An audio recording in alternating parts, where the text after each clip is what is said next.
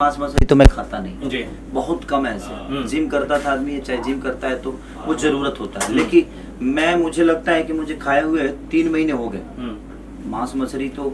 और हमारे सेट में भी मांस मछली नहीं बनता है क्योंकि राजा राम हम कर रहे हैं। तो राजा राम कर रहे हैं तो और ऐसे भी अब मन नहीं करता खाने का। जब से आदमी राम का कैरेक्टर देखा है और जीवन में एक राम की जो भूमिका आई है उसकी वजह से अब मन नहीं करता है कि नहीं यार क्या मैं एक कैरेक्टर कर रहा हूँ, उस कैरेक्टर की भावनाओं को और उस कैरेक्टर की आदतों को और उस कैरेक्टर के खान पान को अगर अपने अंदर नहीं लाऊंगा तो मुझे लगता है कि उस मेरे कैरेक्टर के साथ नाइंसाफी होगा। नमस्कार, मैं नीजू स्वागत करता हूं सभी का अपने चैनल भोजपुरी गॉसिप पे। तो जहां चटपटी और मजेदार बातें हमेशा करता हूं। कैमरामैन इधर जूम कीजिए।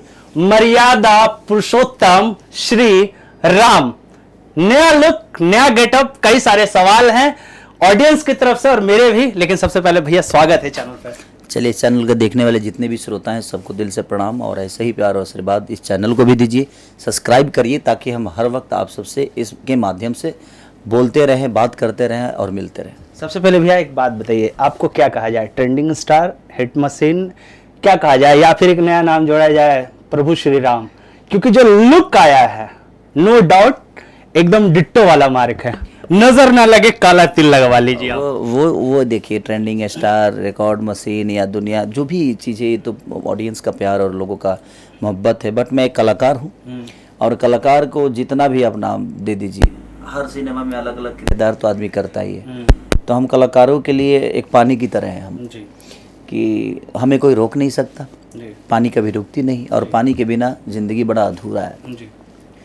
तो बस बह रहे हैं जहाँ जहाँ जा रहा है एक ऊर्जवान, चाहे वो फसल के लिए हो या दुनिया की ऊर्जा के लिए हो। तो कोशिश रहती है कि कलाकार होने के नाते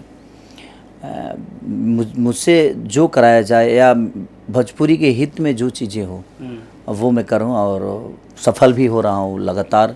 मैं ही नहीं, अपनी भोजपुरी समाज सफल हो रही है। अच्छा भैया, राजा राम के कॉन्सेप्ट की बात करते हैं। अभी पराग सर आपके पास आए कॉन्सेप्ट लेके, तो क्या वाकई में ही एक टाइम में आपने एक्सेप्ट कर लिया या फिर उसमें कुछ करेक्शन किया? क्योंकि मुझे लग रहा है कि एक एक्टर को भगवान के रूप में गेटअप धारित करना बहुत ही कठिन काम है। और सबसे ज्यादा जो स्माइल होता है, जो मर्यादा पुरुषोत्तम राम जी खुद बने थे जो दूरदर्शन पे, उन्होंने कहा था कि स्माइल बहुत जरूरी थी और वो स्माइल आपने परफेक्ट दिया है उस चीज पे। तो उसके लिए क्या तैयारी थी? मतलब वो फील कैसे लेके आया कि मतलब एज ए एक्टर फील आपने कैसे लेके आया कि भाई मुझे राम का कैरेक्टर करना और वही छवि जो दूरदर्शन पे वही छवि यहाँ पे प्रेजेंट करना है? मतलब देखिए, कष्ट तो बहुत होता है क्योंकि आप एक छोटा कैरेक्टर नहीं है। भगवान राम का कैरेक्टर करना मुझे लगता है कि इससे ऊपर कुछ नहीं हो सकता। एज ए एक्टर मुझे लगता है कि हम बहुत सारे काम करते हैं, लेकिन भगवान से बढ़कर क्या है इस धरती और उनको फॉलो करना और उनके स्माइल को, अरुण गोविल जी को देखिए, आज भी आइकॉन तो देखा जाए तो हम लोग को हमारे घर में तो अरुण गोविल जी का ही फोटो, बिल्कुल बिल्कुल सही। तो हमारी नजर में भगवान का चेहरा तो वही है कि भगवान वैसे ही होंगे। तो उनको फॉलो करना और भगवान के चेहरे को अपने अंदर लेना, उनके चलने का तरीका, उनका बोलने का तरीका। हमने भगवान को तो देखा नहीं, हमने अरुण गोविल सर को देखा। उनको देखने के बाद हम कम से कम समझिए कि उनकी रामायण के सारे एपिसोड देख लिए मैंने, सिर्फ इसलिए कि वो खड़े कैसे होते हैं, वो बोलते कैसे हैं, वो चलते कैसे हैं। अब कितना परफेक्ट मैं कर रहा हूँ मुझे पता नहीं, बट कोशिश थी और ये मेरे लिए बहुत टॉप जॉब था और है भी। अभी तो बहुत सारी चीजें बाकी है इसमें। ये लगता है कि 40 से 45 दिन का शूटिंग होगा और ये टेक्नीशियन फिल्म का, जिसके हमारा डायरेक्टर ही प्रोड्यूसर है, उसके फाइनेंसर हम हैं, हमारा कैमरामैन प्रोड्यूसर है, मैंने टेक्नीशियन इसमें जितने लोग हैं, लाइटमैन से लेकर हर आदमी इसमें प्रोड्यूसर है। रीजन ये है कि भाई देखिए, प्रोड्यूसर को तो प्रोड्यूसर का पैसा लेकर हम लोग काम करते हैं, बट टेक्नीशियन को क्या मिलता है जी? तो मुझे लगा नहीं यार, टेक्नीशियन को भी बड़ा होना चाहिए क्योंकि ये अगर प्रोड्यूसर बन गए तो ये बेहतर चीजों के लिए काम करेंगे और सब लोग बेहतर चीजों के लिए काम करते हैं, बट इनके नजर में ज्यादा चीजें रहती है, हर सेट पे जाना आना, देखना, ये सारी चीजें।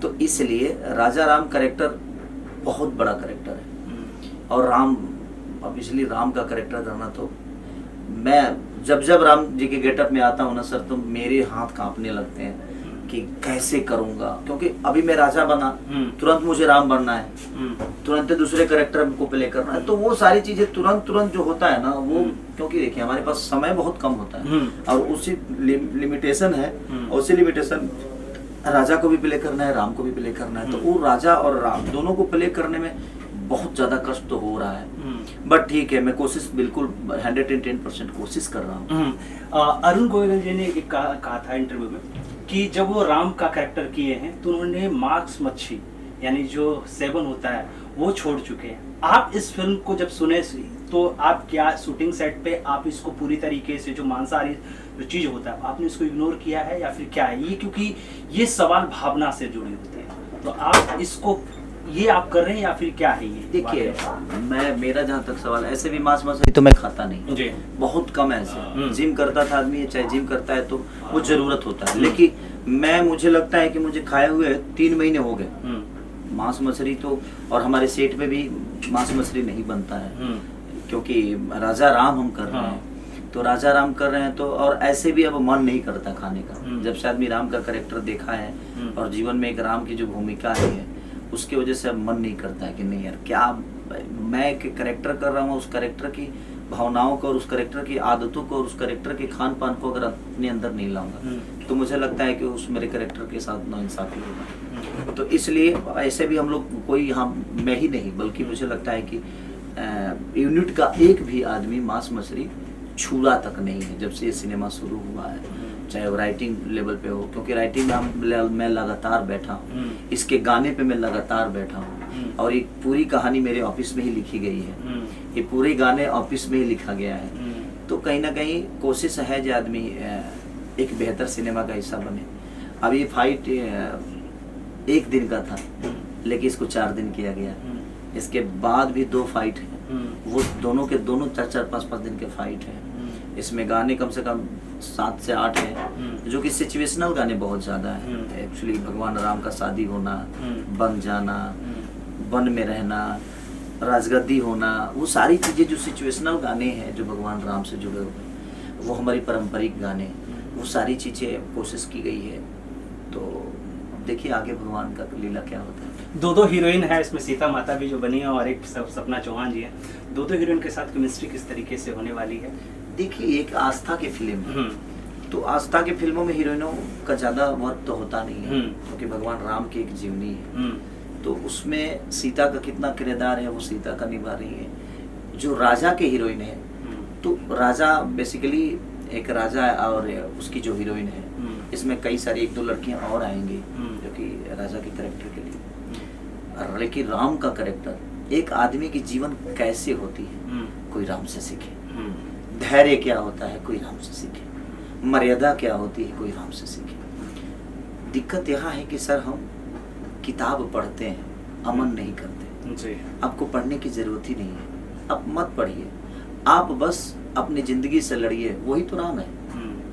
मर्यादा को निभाने वाला जो व्यक्ति वो राम है। जो गद्दी पे बैठना है और वनवास मिला और हंसते हंसते कबूल कर लिया, वही तो राम है। असहाय लोगों का सहारा बन गया, वही तो राम है। तो आपके जीवन में भी एक राम है, बशर्ते आप करते जाइए। आपके भी इतिहास कहीं ना कहीं, जीते जी तो दुनिया आपको देखिए अच्छा नहीं बोलने वाली, और ये दिमाग से हटा दीजिए कि जीते जी आपको दुनिया अच्छा बोलेगी, कतई नहीं बोलेगी। आपकी की हुई चीज मरने के बाद समझ में दुनिया को आती है। तो कोशिश ये करना है कि हम मरने के बाद भी दुनिया के नजर में जिंदा रहें।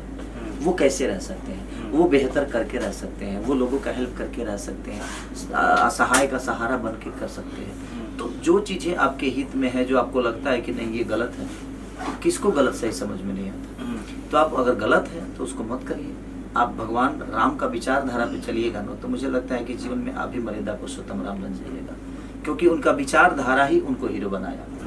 आपके मन में जो चीजें चलती है वही आपको हीरो बनाती है। उनके मन में आया कि सबरी का जूठा बैर खाना है मुझे, उन्होंने खाया।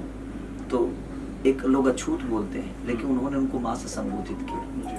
तो दुनिया के कोई भी रिश्ते जो लगते हैं ना कि ये छोटी जाति से है, अगर वो कोई बुजुर्ग है तो उनको अपने पिता की तरह मान लीजिए, तो वो छोटी जाति से नहीं है, वो आपके कहीं ना कहीं पिता हो गए। अब पिता का पैर छूने में कोई असर नहीं होना चाहिए इंसान को। अगर कोई मैं ठीक है, लोग कहते हैं ना कि नीच जाति का है, कोई कहता है, अगर वो लड़की है उसको बहन बना लीजिए, तो मुझे लगता है कि वो जाति प्रधान नहीं है, वो आपका मानना प्रधान है और आपने उसको माना और उसके नज़र में आपकी अहमियत बढ़ गई। तो गुण आपको नहीं गाना है, गुण तो दूसरा कोई गाता है, और आपके बारे में जब दूसरा कोई बताता है तो कहीं ना कहीं ज़िंदगी आपकी सफल है, क्योंकि आप हमेशा लोगों को सफल बनाए हैं।